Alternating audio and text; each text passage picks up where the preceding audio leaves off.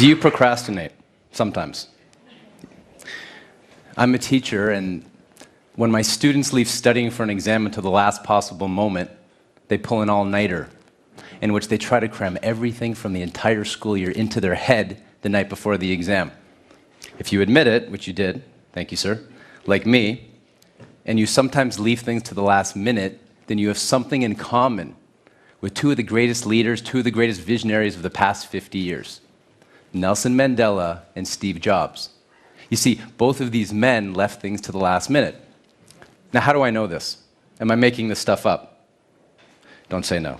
The answer is, it's in their writing. You see, both of these men sometimes cross their T's to the left. First of all, I'm fascinated with handwriting analysis. It shows you what lies beneath the surface and shows you that your first perception of another person is not everything. That your leaders, your heroes, the person beside you, yes ma'am, the person in front of you, are so much more than their signature. So earlier today, you were asked to write on a piece of paper. I've been bugging you, walking around during the break and telling you to write something. Get that card out in front of you, if you will, please. And for those of you who are watching this at home on YouTube or in the TED community, why don't you join us? And why don't you write down how to spot or recognize a leader in their handwriting, and sign your name, and over the course of the next few minutes, compare your signature in your writing to the leaders that we look at. Now let's take a look at some leadership traits that you have in common with some extraordinary leaders. Harvard Business Review did a survey of tens of thousands of workers around the world, and they asked them, what's the number one leadership trait that separates a leader from a non-leader? You know what they said? 72%? Vision. The ability of a leader to look into the future, to define a shared purpose for the organization, to give the workers a sense of meaning, and articulate a hopeful new direction. And that's what Mandela did. And that's his T. That's Mandela's T. Beside it's an H. Do you notice that the line is right at the top? That represents an achievable, really high long-term goal. You know what I found fascinating? You know who else has this? Steve Jobs is the top one. Abraham Lincoln is the next one. And the third one is Albert Einstein. How cool is that? All these leaders, they have this one thing in common. Now, if you're looking at me and saying, okay, I don't have that T, but look, do you have that T? If you don't, well, guess what? Neither does Nelson Mandela at times, because that's also from Mandela's T's. And what that shows you, that's called a practical T. That means you're setting goals if you have this T. Look. If you have this T, it means you're setting day-to-day goals, that you like everything planned out ahead of time. And you're thinking about, right now you're thinking, what am I going to do when I leave TED? I'm not thinking about 5 years from now. And it showed me that you need a balance to be an effective leader between the long-term vision and the day-to-day goals of the organization. Now, I was sitting with my wife much earlier, and actually I was standing, and I was talking to someone in here, and they probably know who I'm going to be talking about because I was talking to them. And this person started a new company. And I could tell by the way he spoke, by the way he carried himself, that he set high goals, and that he was going to reach them because of his confidence. Now, you can see confidence in the first well-shaped letter of your signature. So if you look at Oprah Winfrey, look at the O. See how big that O is compared to the rest of the letters? And look at this next one, Richard Branson, Sir Richard Branson, the entrepreneur. The B in his last name is much bigger or well-shaped than the rest of the writing. If you have a high T-bar, plus you have that type of an O or that type of a B, that means that you set high goals and that you are definitely going to achieve them because you have that type of confidence.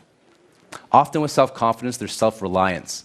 Self-reliance, Emerson, the writer, called it trusting yourself and being a nonconformist, doing the difficult things that you have to do to get your goal done, even though you don't want to do them.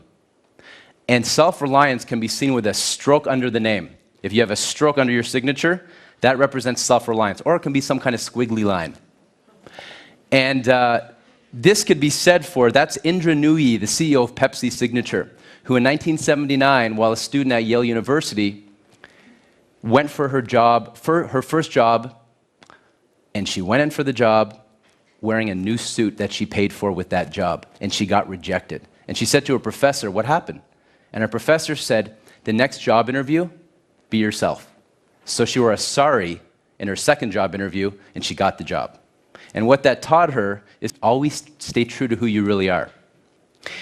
You know who else I like? Any football fans here? World football? Okay, one of my favorite sporting personalities, even though I'm from Canada, we still like football or soccer, is Jose Mourinho, the coach of Chelsea. Now, Jose Mourinho, if you know anything about him, if you don't, it doesn't matter. He really is independent of the good opinion of other people. He doesn't care what you think about him. He makes his own rules, and he's been very successful at that. Jose Mourinho also has this streak under his name. On the plane, I read this article, and it said 95% of the ocean remains undiscovered. Like, we don't know what's going on underneath. That's how I feel on the first day of classes often, where I look at my student's name on an attendance sheet, I don't know anything about them. It's pretty intimidating for a teacher on the first day. You see the kids looking at you like this. And some of the girls rolling their eyes, and the guys with their hands in their pocket. A couple of years ago, I taught overseas. And I remember this young woman who seemed really intelligent in terms of the brief interactions, but she was totally disengaged. I felt like a failure. We were talking about, I just couldn't reach her. But I saw on the first day of class, when I asked them to write a paragraph, this is from her writing. And what this shows is creativity. And I gave the students an assignment to write a song. And that song was so moving that I asked my friend, who's a New York City music producer, to Skype into the class and to listen to all the students' songs. And he singled this girl out, and he said to her, that was one of the most moving songs I've ever heard a young person write. Can I take that song and can I distribute it and help get it out to North American music producers across everywhere? And that was the first time I equated this crazy thing I do, handwriting analysis, to teaching. At first, all you see is a name until you really get to know that person beside you or in front of you and see what lies beneath. Fast Company magazine did a survey of 1,500 CEOs across 33 different industries in 60 nations. And you know what they asked those CEOs? What is the number one leadership trait the CEO looks for today? And you know what they said? Take a guess. What do you think they said? Handwriting. Not handwriting, but it's in handwriting. Creativity and innovation. That's what they're looking for today. And you can see creativity in the following ways.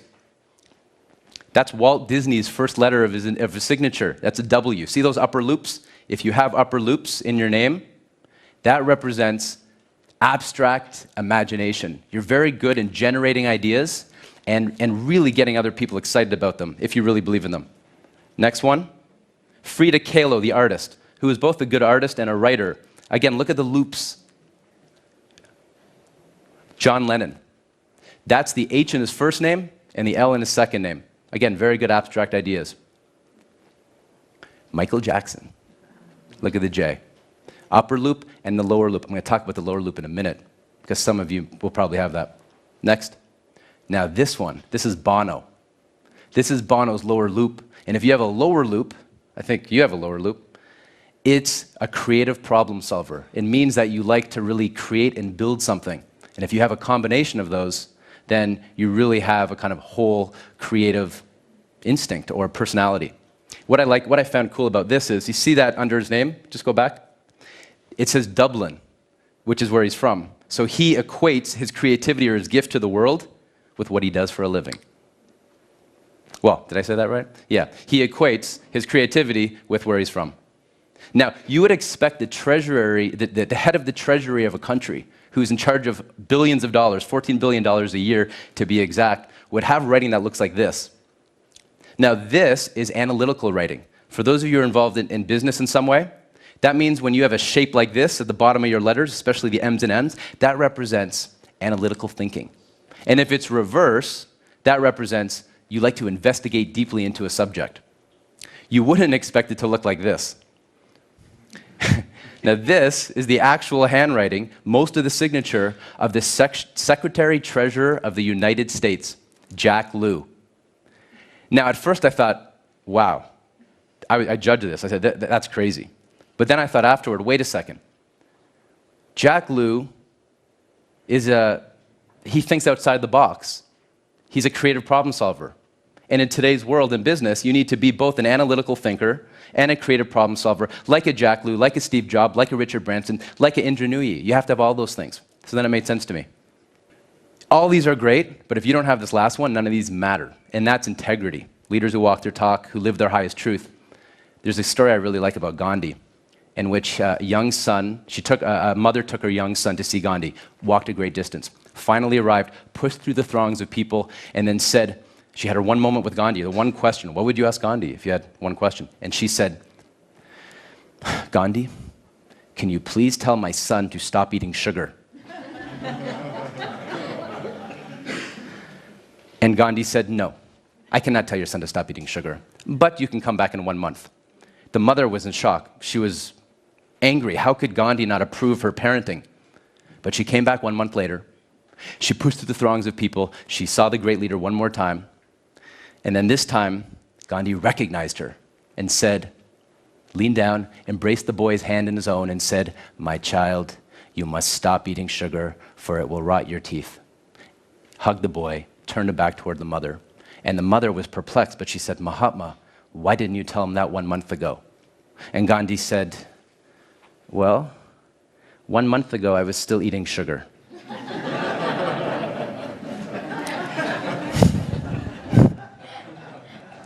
Which just shows that a leader walks their talk on the big vision and also on the little things.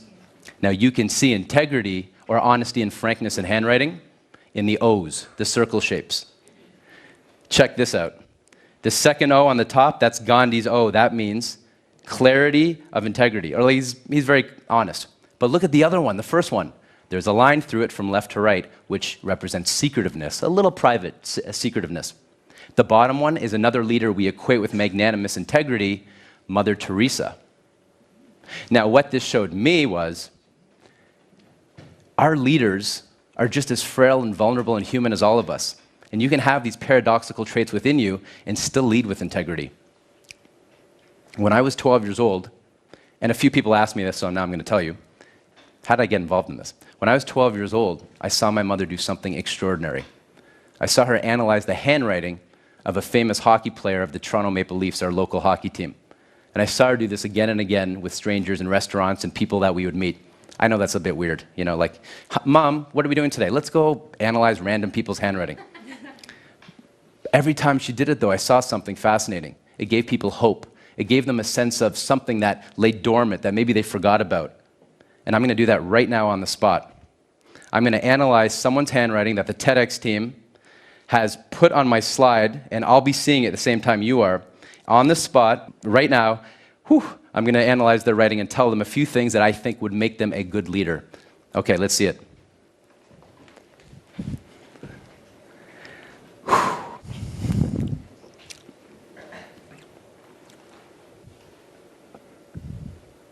This person is very direct.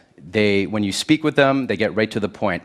They have good intuition about people. I'll tell you why, first of all. The directness comes in. There's no added flourishes in any of the writing. See how it's the how? Boom, boom, boom. There's no extra lines. The O's are relatively clear, which means there's one that's not, but for the most part, Gandhi's mostly were clear, so don't worry, I'm not saying you're a liar. Most of your O's are pretty honest. So this person, most of the time, 95% of their life, is someone you can trust because they tell the truth. Now, here's the thing. This person is trying now they watch what they say. They're a little bit cautious. You can see that because on the A in leader, it's hooking around a bit, yet it's open. If it's open, it means talkativeness. If it's hooked over, it means that they're trying to stop it.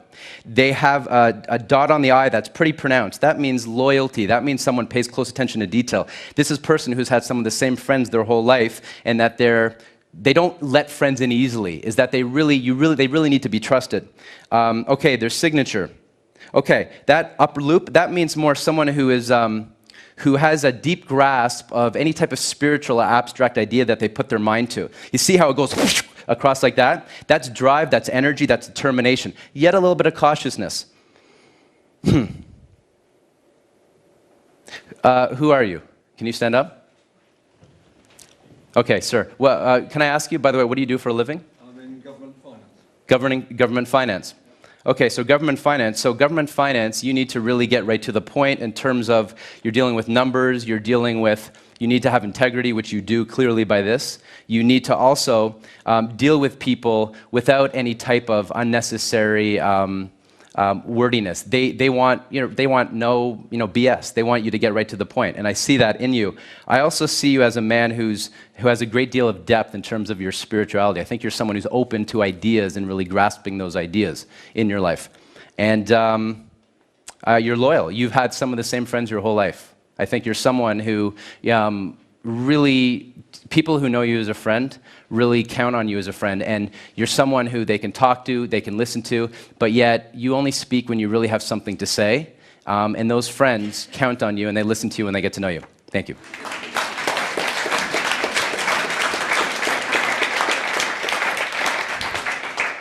You see, handwriting analysis gave me, a shy 12-year-old boy who was terrified of speaking in front of others, the realization that I had it within me to express myself with words, and I had the power and the vision to do it one day. And now, 27 years later, I'm in a castle in Wiltz, Luxembourg, standing in front of a packed TEDx audience with all of you.